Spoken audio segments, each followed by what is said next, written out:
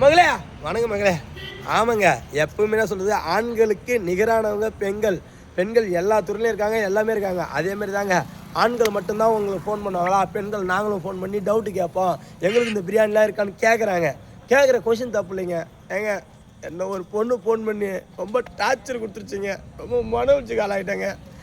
அவங்க என்ன கேட்டாங்க, எல்லாம் ஈல கேட்டானோ எறும்பில் கேட்டானோ. இந்த பொண்ணு ஒரு படி மேலே போய் எதில் திரும்ப கேட்டுச்சு, எங்கேயாவது கதை கேட்குறீங்க, கற்பாம்பூச்சி பிரியாணி வேணுமா, கற்பாம்பூச்சி அண்ணாலாம் கலாய்க்கு தெரியுமா, கற்பாம்பூச்சியில் அது என்ன சொல்கிறது, லெக் பீஸாக வேணுமா, லெக் பீஸ் பிரியாணி வேணுமா கற்பாம்பூச்சியில்.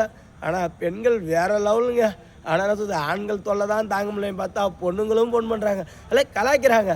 மாமான்றாங்க, அடுத்தது என்னது மச்சான்றாங்க, எதோ விட்டு கலாய்க்கிறாங்க. ஏங்க, ஆண்கள் தான் கலாய்க்கிறாங்க, பெண்கள் நீங்களும் கலாய்க்கிறீங்களே.